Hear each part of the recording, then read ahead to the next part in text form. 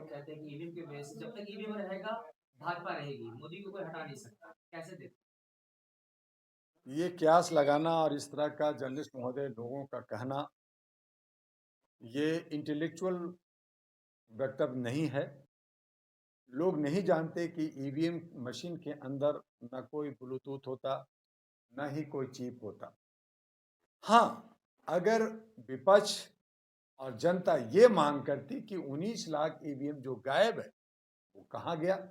उसका बेजा इस्तेमाल हो रहा है, ईवीएम मशीन को बदला जा रहा है तथाकथित रूप से, चाहे वो स्ट्रांग रूम में हो, चाहे रास्ते में हो, तो इस पे मांग होनी चाहिए।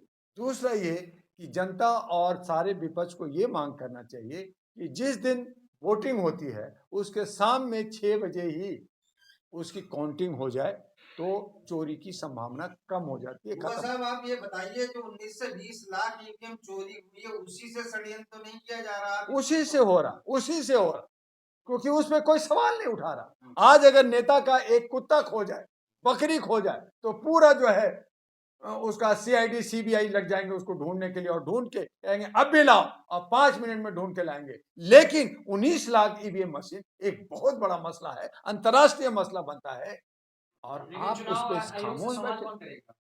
कौन करेगा? जनता करेगा, और ओपोजिशन जो है, जो जनता का प्रतिनिधि है, वो करेगा। कहे कि गली गली में शोर है, जो है इलेक्शन कमीशन चोर है, कहे उस पे इलेक्शन पे जो है हंगामा करे, और अगर ऐसा नहीं है तो फिर ईवीएम मशीन हटाओ, बैलेट पे चुनाव करो। ये तब मांग करो ना जब आप ऑप्शन नहीं दोगे, आप कहोगे खाली ये कर लो, और ये सब होता है, कहने से नहीं होता। उसके लिए आंदोलन छेड़ा क्या? उसके लिए मांग किया क्या? उसके लिए आप कोर्ट में जाकर के आप बहस कीजिए। देखिए इलेक्शन कमीशन तो पहले भी कह चुका कि आप जो है मतलब ये निष्पक्ष जो है मशीन है, आप चेक करवा सकते हैं, देख सकते हैं इसको। हाँ, कहा ना। लेकिन जहां से चोरी हो रहा, भाई आप दरवाजा, मुख्य दरवाजा देख रहे हो, लेकिन आपने नहीं देखा कि सेंध कहां कहां से है, कहां कहां से बंकर बना हुआ, छत से भी आया, खिड़की से भी आया, अंदर जमीन से भी आ सकता है, कई तरह से आ सकता है। तो उसका मैंने कहा कि ईवीएम मशीन में कोई ब्लूटूथ और चिप नहीं होता।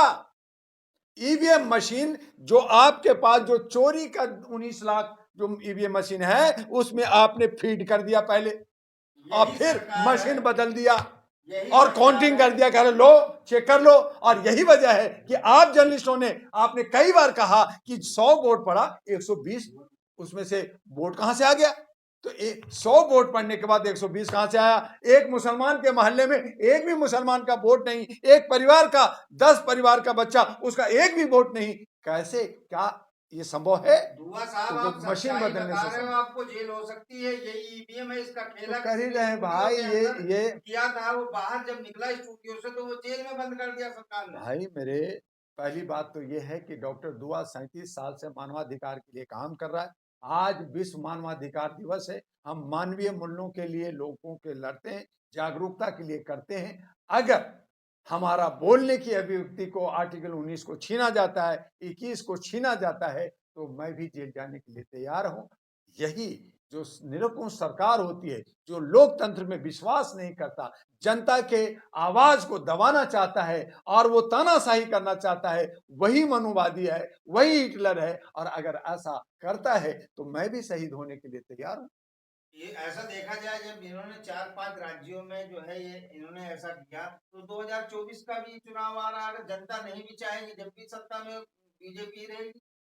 ये तो मैंने कई बार कहा, ये हमारे बहुसंख्यक, हमारे ओबीसी 54%, हमारे बहुसंख्यक 85-90% लोग, हमारे एससी एसटी जो मूल निवासी कहते हैं, हजारों लाखों संस्थाएं लेके तो घूम रहे हैं, उनमें एका नहीं है, वो फूट है, वो फूट है।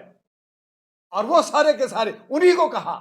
आपको इशारा कर रहे हैं कौन? आदरणीय माननीय सामान्य मोदी जी इशारा कर रहे हैं कि आप टुकड़े टुकड़े गैंग हो, हम नहीं जीते, तुमने जिताया। तो ये आप अगर बटे रहोगे, आप जो है छोटे छोटे टुकड़े ले करके, 500 लेकर के, शराब की बोतल ले करके, आप जो है थोड़े से फायदा ले लिया और मजे कर, अरे चल आज हमारा होली मन गया, आज हमारा दिवाली मन गया, तो मरोगे ना। एक दिन तुमने तो खा लिया पकौड़े खसौड़े हुआ और सब देखो चिकन, आप। लेकिन आपको 365 दिन, आपको नहीं पता कि साल में 365 दिन होता है। तो वो 365 दिन आप गंवा रहे हो, आप अपने बहू बेटियों को, आप अपने को, आप जो है उस आग में झोंक करके झुलस रहे हो। तो आप क्यों उस पे कह रहे हो? तो अंगूर खट्टा है, जब हार गए, जब आप खुद अपने पाँव पे कुल्हाड़ी मार दी, तो आप कह रहे अंगूर खट्टा है? हैं? तो ये तो चलेगा नहीं भैया। नहीं, इसमें देखा जाए तो विपक्ष कहीं ना कहीं कमजोर है। क्या ना, इन बातों को ना तो कभी धरना प्रदर्शन किया, न इस चीज मुद्दे को उठाया। आप भी जो एक ह्यूमन राइट के अध्यक्ष हैं, एक पार्टी के क्या नाम अध्यक्ष हैं, आप क्यों नहीं इसके पीछे धरना हम लोग प्रदर्शन का करते हैं? ह्यूमन राइट्स एक्टिविस्ट का होता है जागरूकता, अवेयरनेस देना। हाँ। हम लोगों ने 84 लाख और जो 782 मेरे ऑफिस है इंडिया के अंदर, 14 देशों में हम लोग काम कर रहे हैं। International bar association London, international bar association USA और यूनाइटेड नेशन से जुड़ करके जो काम कर रहे हैं, वो हमें जागरूकता देना है। अब कमोबेश भारत के अंदर 2000 से ज्यादा मानवाधिकार के संगठन, चाहे वो तथाकथित कहें, जो भी कहें, आज ह्यूमन राइट्स कमीशन जो 250 250 करोड़ साल का मीटिंग शीटिंग ईटिंग में खर्च करती है, वो उनको करना चाहिए। नहीं करती तो हम लोग एक करते हैं, जैसे न्यायालय जो है वो नोटिफिकेशन करता है, आदेश देता है, लेकिन इम्प्लीमेंटेशन एक सिस्टम करता है। लोकसभा, विधानसभा और जो राज्यसभा करती है, राष्ट्रपति शासन करता है। लेकिन सब अगर चट्टे बट्टे हों, सब अगर बिके हों, सब जो है लोकतंत्र को बर्बाद करने में लगे हों, तो ऐसे हालत में डॉक्टर दुआ एक बेचारा क्या करेगा? तो उसमें जो है पीस जाता है। यही वजह है कि आज बहुसंख्यक अपने हक लेना नहीं जानता, वो सिर्फ चीखता है, चिल्लाता है, कार्यक्रम करता है, 100-200 लेकर के अधिवेशन और सम्मेलन करता है, रामलीला ग्राउंड भरता है और जो है जंतर मंतर भरता है, लेकिन एक काउंसलर, एक मुखिया सरपंच नहीं बना सकता। और वो इसी कमिटी का फायदा जो हमारे शेर और चीता कह रहे हैं अपने को, वो ले जाते हैं। और वो कह दिया, वो लोग कहते हैं कि तुम लोग टूटे हुए हो, तुम बिखरे हुए हो, तुम लोग जो है अपना ईगो में हो, तुम जो है वंशवाद चला रहे हो, तुम अपना वीआईपी कल्चर में जीना चाहते हो, तो तुम अपना अधिकार कैसे लोगे? ये तो इशारा है। और यही वजह है कि मायावती को घेर रखा है, मायावती बहन को। वो चाहे तो आज बहुत संख्यकों को जगा सकती हैं, ले सकते हैं, लेकिन उनको एक प्रेस कॉन्फ्रेंस कर करके कहना पड़ेगा कि मैं दरी पे बैठा हूं, आओ मेरे समाज के भाइयों, हम साथ मिलकर के लड़ते हैं। देखना मायावती प्रधानमंत्री हो सकती है, ये मेरा कॉल है। लेकिन वीआईपी कल्चर उनको घेर रखा है। भाई उनको 5 लाख 10 लाख लेके जाओगे तो मीटिंग होगा। तो मायावती उस बात को नहीं करेंगे, निकल नहीं रही है, इसलिए बीएसपी हार रहा है। ये कांग्रेस का कमोबेश है, यही सब वीआईपी है। ये राहुल गांधी 4000 किलोमीटर में चल लिया, अब मैं अब मैं जो है राजकुमार बन गया। घर में रहोगे नहीं चलेगा, आपको हमेशा दरी पे, चटाई पे बैठ करके कार्यकर्ताओं से लगातार 24 घंटा काम करना पड़ेगा। आप उनके संपर्क में रहोगे। ये काम आरएसएस का, ये काम बीजेपी कर रही है और वो जीत रही है, तो तुम्हें फट क्यों रहा? आपकी बातों से लगता है कि 2024 में नरेंद्र मोदी को फिर से आने से कोई नहीं रोक सकता। अगर आपकी यही मंशा रही, आपका यही सोच रहा, आपका यही चाल चलन रहा, तो आप हारोगे। वो रोटी पूरा ले जाएगा। अब थोड़े थोड़े टुकड़े लेकर के आपने देखा होगा कि बहुत सारे बंदर अगर हो, आप उनको केला या कोई फ्रूट या कोई चीज दो तो एक एक लेके भागते।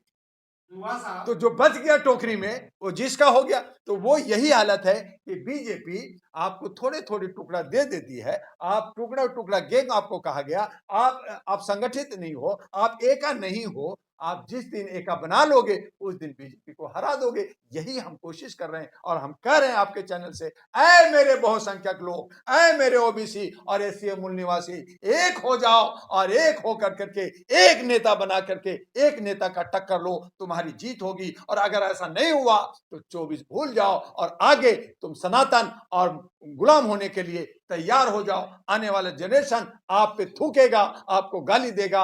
आज सबक लो और मोदी जी से सीखो कि आप कैसे संगठित हो। दुआ साहब, एक सवाल है आखिरी। 222 दलों का आपने ये राष्ट्रीय महागठबंधन बनाया है, जिसके आप राष्ट्रीय संयोजक हैं। आप दूसरों पर आरोप लगाते हैं, कभी ईवीएम पर लगाते हैं, कभी चोरी पर लगाते हैं। ये आपका राष्ट्रीय महागठबंधन ईवीएम को लेके क्या आपकी तैयारियां हैं? क्या संतुष्ट हैं? क्या करेंगे? आगे की भूमिका क्या होगी आपके इस राष्ट्रीय गठबंधन की ईवीएम को लेकर? जर्नलिस्ट महोदय बिल्कुल सही फरमाया कि 222 पार्टियों को मैं जोड़ करके इनसे एक मंशा, एक मीटिंग की और कहा कि हमें एकता दिखानी चाहिए और हमें सुशासन की बात करनी चाहिए, मुख्य मुद्दा पे बात करनी चाहिए और हमें लड़ना चाहिए।